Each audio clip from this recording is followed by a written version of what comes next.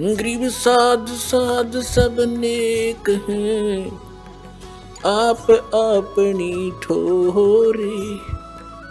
जो सतलोक ले जाएंगे वो साधु कोई और।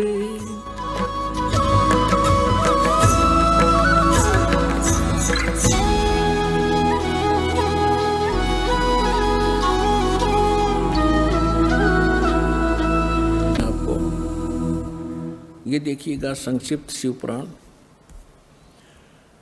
इस संक्षिप्त शिवपुराण के अंदर ये गीता प्रेस गोरखपुर से प्रकाशित है, सचित्र मोटा टाइप,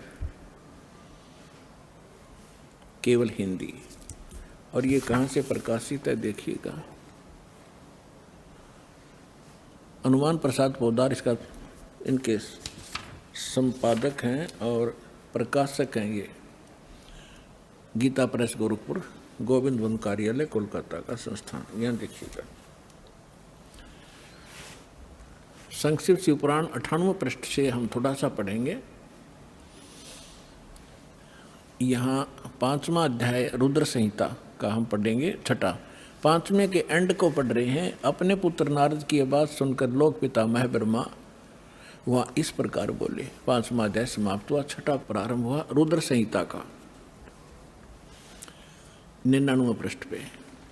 नारद ने पूछा था कि सृष्टि की रचना बताइए भगवान पिताजी ब्रह्मा जी से। तो ब्रह्मा जी ने बताया, अब आपके रूबरू पढ़कर सुनाता हूँ। ब्रह्मा जी ने कहा ब्रह्मन श्रोमणे, तुम सदा समस्त जग के उपकार में लगे रहते हो। तुमने लोगों के हित की कामना से बहुत उत्तम बात पूछी है।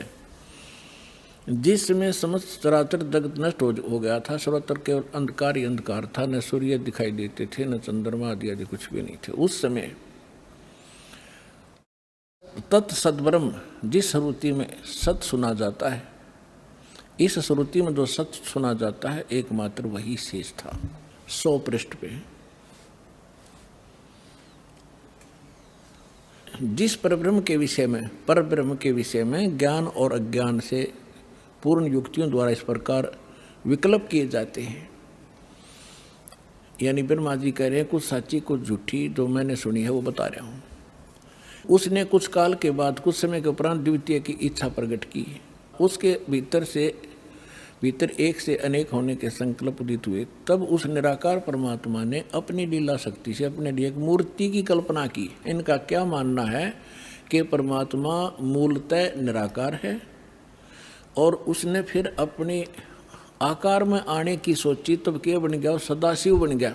फिर वो सदाशिव बन गए। अब देखो क्लियर होगा यहाँ से। उसने कल्पना की, मूर्ति की कल्पना की अपने लिए। उस निराकार परमात्मा ने अपनी लीला शक्ति से अपने लिए मूर्ति की कल्पना की। जो मूर्ति रहित परम ब्रह्म है उसकी मूर्ति यहाँ देखिए, भगवान सदाशिव हैं। अब सदाशिव कौन है ये देखना ध्यान से। ये किसको सदाशिव कहते हैं? अर्वाचीन और प्राचीन विद्वान उन्हीं को ईश्वर कहते हैं। उस समय एकाकी रहकर स्वेच्छानुसार विहार करने वाले उन सदाशिव ने अपने विग्रह से स्वयं ही स्वरूप भूता शक्ति की सृष्टि की, जो उनके अपने श्री अंग से कभी अलग होने वाली नहीं थी। उस पराशक्ति को प्रधान भी कहते हैं, प्रकृति भी कहते हैं, गुणवती माया, बुद्धि तत्व की जननी तथा विकार रहित कहा है। वह शक्ति अंबिका कही गई है। उसी को प्रकृति, सर्वेश्वरी, त्रिदेव जननी, तीनों देवताओं को उत्पन्न करने वाली उनकी माता, ब्रह्मा विष्णु महेश की माता, नेता और मूल कारण भी कहते हैं। सदाशिव द्वारा प्रकट की गई उस शक्ति की 8 भुजाएं हैं। हो गया क्लियर? अब ये दुर्गा के विषय में है। और सदाशिव ये कौन है? ये काल है। आगे और क्लियर हो जाएगा। अब इसमें क्या सिद्ध हो गया कि प्रकृति भी दुर्गा को कहते हैं और प्रधान भी दुर्गा को कहते हैं। गीता अध्याय नंबर 14 के श्लोक नंबर 3 से 5 में कति स्पष्ट किया गया है। ये काल कहता है, गीता बोलने वाला ब्रह्म कहता है कि दुर्गा तो मेरी, प्रकृति तो मेरी पत्नी है, सब्जियों को उत्पन्न करने वाली माता है, मैं इसके गर्भ में बीज स्थापन करने वाला सबका पिता हूँ। प्रकृति से उत्पन्न ये तीनों गुण इस जीव को कर्मानुसार यहाँ बांधे रखते हैं, जकड़े रखते हैं। तीनों गुण कौन सी सिद्ध होगी? रजगुण ब्रह्मा, सतगुण विष्णु, तमगुण शिव जी। ये देखिएगा अध्याय 14 और सुनाता हूँ आपको, ताजा ताजा है, ये जल्दी समझ में आ जाएगा।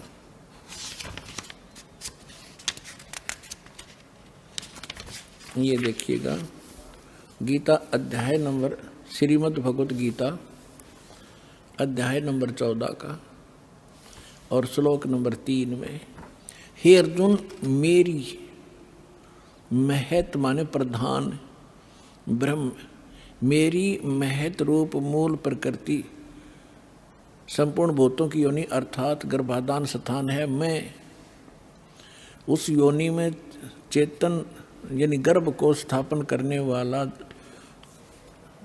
तत्व करता हूँ। उसके संयोग से, जड़ते इतने संयोग से नहीं, सब भूतों की, सब प्राणियों की उत्पत्ति होती है। 4 में क्या कहा है?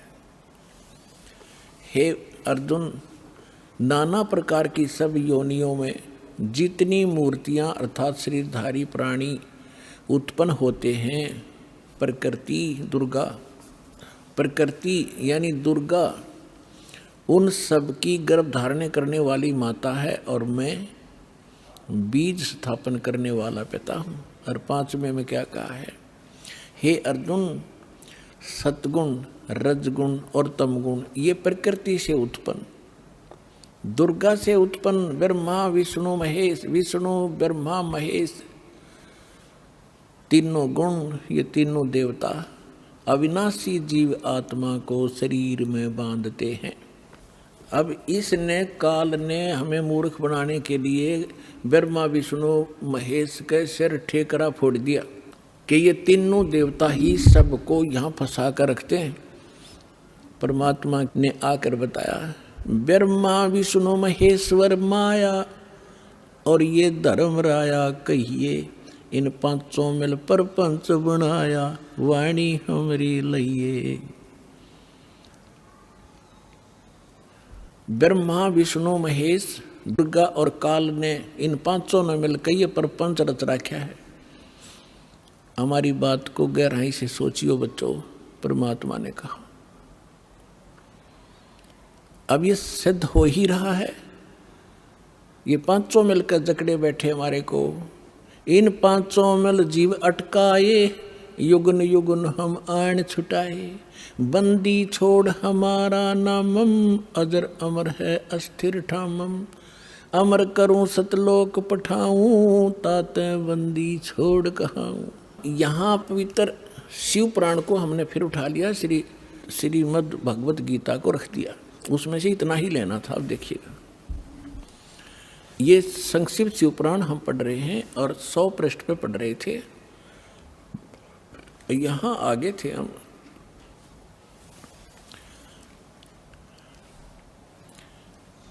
कि जो मूर्ति रहित परम ब्रह्म है उसकी मूर्ति भगवान सदाशिव हैं। अर्वाचीन और प्राचीन विद्वान उन्हीं के ईश्वर कहते हैं। उस समय एकाकी रहकर स्वेच्छानुसार विहार करने वाले सदाशिव ने अपने विग्रह से स्वयं ही एक स्वरूप भूता शक्ति की सृष्टि की, जो उनके अपने श्रीअंग से कभी अलग होने वाली नहीं थी। उस पराशक्ति को अपने विग्रह माने शरीर से निकाली दुर्गा को, ये खुद मान रहे हैं। पुण्यात्माओं, परमात्मा आए थे, ब्रह्मा जी को मिले, विष्णु जी को मिले, शिव जी को मिले। पहली बार तो इन्होंने ज्ञान सुना ढंग से। परमात्मा ने सबसे पहले ब्रह्मा को सृष्टि रचना आदि सुनाई थी। पहले उसने ठीक माना, बाद में काल ने उसके अंदर प्रवेश करके बुद्धि भ्रष्ट कर दी कि ये झूठ बोलता है, मन गणत कहानियाँ हैं, वेद सर्वश्रेष्ठ है, इसके अतिरिक्त कोई बातें मत मानो। तो इस ब्रह्मा जी ने कुछ तो परमात्मा से प्राप्त ज्ञान और कुछ फिर अपनी अज्ञान के आधार से ये ज्ञान सुनाना चाहा, तो फिर भी सच्चाई छुपी नहीं। ये क्या कहना चाहते हैं कि सदाशिव पहले निराकार था, फिर सदाशिव बन गया। उसने अपने शरीर से एक शक्ति निकाल ली, वह प्रकृति कल आई, उसी को जगदम्बिका कहते हैं। तीनों देव की जननी, ब्रह्मा विष्णु महेश की माता और उसकी 8 भुजाएं। यहाँ कर दिया ना डंगा इसने। और परमात्मा ने पहले ही बता रखा है कि जैसे दास ने सृष्टि रचनामा आपको बहुत बार सुना है, उसमें आप खूब समझ चुके होंगे, तो उसी का कुछ अंश लेकर इसने यहाँ मिलावट की है। देखिएगा, उस समय एकाकी रहकर स्वेच्छा अनुसार विहार करने वाले सदाशिव ने अपने विग्रह से स्वयं ही एक स्वरूप भूता शक्ति की सृष्टि की, जो उनके अपने श्रीअंग से कभी अलग होने वाली नहीं थी। उस पराशक्ति को प्रधान प्रकृति गुणवती माया बुद्धि तत्व की जननी विकार रहित बताया गया। वह शक्ति अंबिका दुर्गा कही गई है। उसी को प्रकृति सर्वेश्वरी त्रिदेव जननी नित्य मूल कारण भी कहते हैं। सदाशिव द्वारा प्रकट की गई उस शक्ति की 8 भुजाएं। होगी क्लियर। नाना प्रकार के आभूषण उसके श्री अंग की शोभा बढ़ाते हैं, श्री अंगों की। वह देवी नाना प्रकार की गतियों से संपन्न है और अनेक प्रकार के अस्त्र शस्त्र धारण करती है। एकाकिनी होकर भी वह माया संयोग वसात अनेक हो जाती है। वे जो सदाशिव हैं, अब ये डेफिनेशन है उस काल की, ब्रह्मा जी बता रहे हैं और अपने सदग्रंथों में लिखा है। देखिएगा, वे जो सदाशिव हैं उन्हें परम पुरुष ईश्वर शिव शंभु और महेश्वर कहते हैं।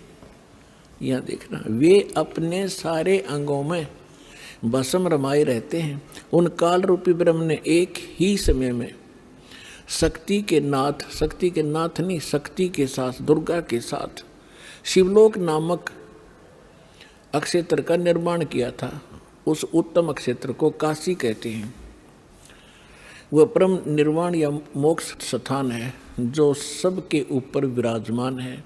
वह प्रिय और प्रियतम रूप, पति पत्नी रूप में शक्ति और शिव, दुर्गा और ये काल, ये स्पष्ट कह दिया। वो काल रूपी ब्रह्म ने, यो काल कहो ब्रह्म कहो, काल रूपी ब्रह्म कहो, सदाशिव कहो, ये ब्रह्म है। शक्ति और शिव ने, दुर्गा और काल ने, वे प्रिय और प्रियतम रूप यानी पति पत्नी रूप में शक्ति यानी दुर्गा और शिव जो परमानंद स्वरूप है, उस मनोरम अक्षेत्र में नित्य निवास करते हैं।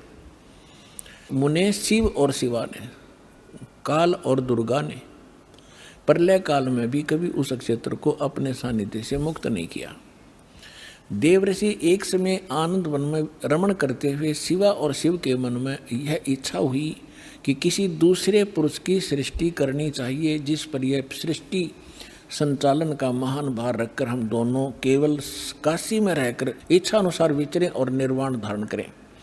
अब इन्होंने सोचा कि कोई पुत्र उत्पन्न करते हैं, उसको ये सारा काम संभलवा देंगे, हम निर्वाण धारण करेंगे, एकांत में रहा करेंगे। ये देखिए, ऐसा निश्चय करके शक्ति सहित सर्वव्यापी परमेश्वर शिव ने अपने वाम भाग के 10वें अंग पर अमृत मल दिया। फिर तो वहां से एक पुरुष प्रकट हुआ, यानी पति पत्नी व्यवहार किया, वहां से एक पुत्र उत्पन्न हुआ, उसका नाम के रखा। 102 पृष्ठ पे संक्षिप्त शिव पुराण 102 पृष्ठ पे शिव ने कहा, वत्स, उस काल ने कहा, बेटा, व्यापक होने के कारण तुम्हारा विष्णु नाम विख्यात हुआ, विष्णु धर दिया तेरा नाम। अब फिर हम यहाँ आते हैं, ये हमने 6वां अध्याय पढ़ लिया रुद्र संहिता का 7वां, ये 7वां अध्याय 103 पृष्ठ पे। ब्रह्मा जी कहते हैं देवर से, तत्पश्चात कल्याणकारी परमेश्वर शाम सदाशिव ने, काल ने पूर्ववत प्रयत्न करके जैसे अपनी दुर्गा से विष्णु की उत्पत्ति की, मुझे अपने दाहिने अंग से उत्पन्न किया। थे जगत गुरु तत्वदर्शी संत रामपाल जी महाराज जी के मंगल प्रवचन। अधिक जानकारी के लिए विजिट कीजिए हमारी वेबसाइट www.jagatgururampalji.org। संत रामपाल जी महाराज जी के शुभ आशीर्वाद से पूरे विश्व भर में 500 से भी ज्यादा नाम दीक्षा केंद्र हैं।